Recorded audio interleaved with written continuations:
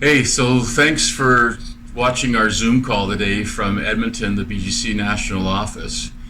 And so Laurel has recorded some information about the grants and different subsidies that the Canadian government is offering. You may want to check your own province as well, because each province might have a different set of helps for just specific for your province. But the ones that we were talking about today were just for the national perspective. And also remember that you don't have to file your T3010 now until the end of December. So take that, and next week, April 22nd, we want to have another Zoom call, and you'll see the information on how to connect on the BGC website, as well as Josh is going to be sending out a link, and we want you to be involved in that. We're also doing the PowerPoint of what was presented today, so you can look at the PowerPoint. And we'll probably pick a lot of this up next week as well, because we want to talk about these three things, that this one article. Well, and by the way, we are sending that article out as well about are we in a blizzard, are we in winter, or are we in a little ice age? And so we want to make that the focus of next week's discussion as well. And we talk about how our ministry is moving forward, what's emerging. We had some really great conversation today, people suggesting different things, what was working and what they're experiencing, and so we want to move all that forward. So listen to Laurel and tune in next week, and we want to keep the conversation going as a conference. So thanks for your involvement. For the 10% wage subsidy, at this point the subsidy is available from March 18th to June 19th. If you're a registered charity and have submitted payroll, you are eligible. The subsidy is up to $1,375 for each eligible employee, to a maximum of $25,000 per employer.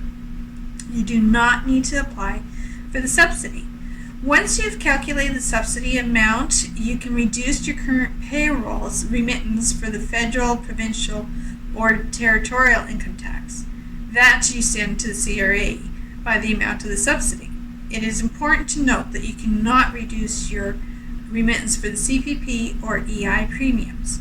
You need to keep information to support your subsidy calculations.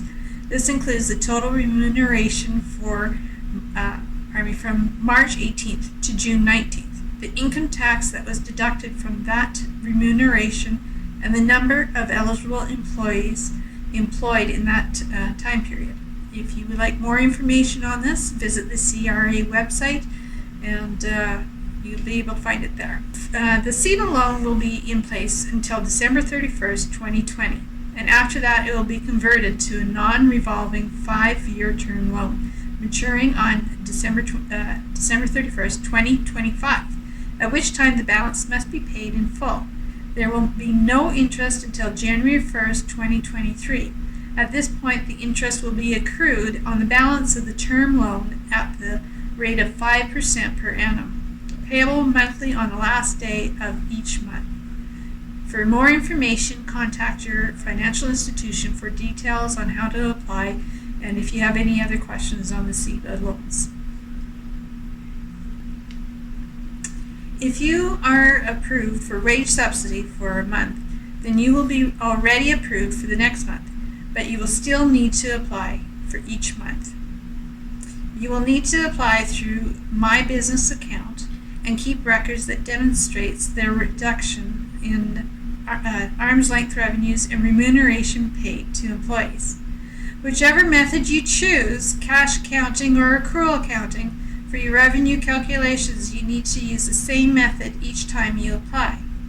For employers that are eligible for both the 10% wage subsidy and the 75% wage subsidy, any benefit for the 10% wage subsidy for remuneration paid in a specific period will reduce the amount available to be claimed under the Canada Emergency Wage Subsidy in that same period. This subsidy has been passed this past weekend, but we are still waiting for details on how to apply. For more information on this, please visit the CRA website. Thank you.